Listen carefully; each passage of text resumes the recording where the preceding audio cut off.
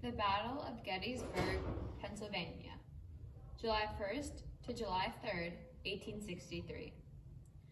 The four main people involved in this battle were Robert E. Lee, Abraham Lincoln, Major General Joseph Hooker, and Major General John Buford.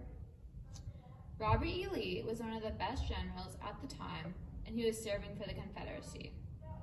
Originally, the Union had wanted him to fight for them, but he decided to fight with his state instead of against his state. Abraham Lincoln was the president at the time, and he had presented the Emancipation Proclamation, which freed all slaves and allowed them to fight for the Union. Major General Joseph Hooker was a Union general who was remembered for defeat by Robert E. Lee at Chancellorsville. Major General John Buford was captain of the 2nd Dragoon Regiment.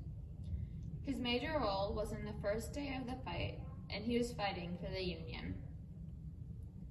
Robert E. Lee had wanted a second invasion after a victory at Chancellorsville. With plenty of Union forces holding down Confederate forces in Vicksburg, this was a perfect opportunity. He wanted to allow relief for a war-ravaged and quickly losing morale Virginia.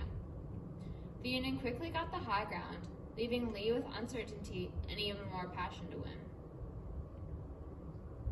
Robert E. Lee decided to make a second invasion in the north, so he moved his soldiers into Gettysburg, Pennsylvania, after overbearing the local militia.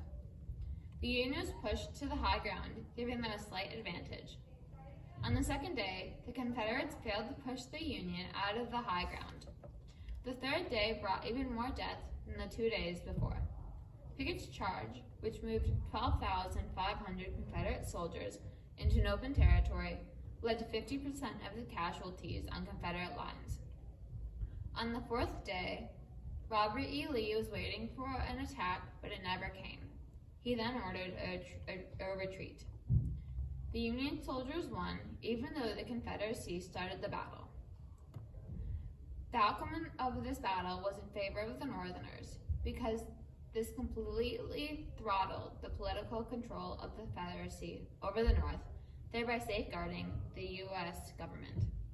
This helped Union morale and led them on a path to victory of the Civil War.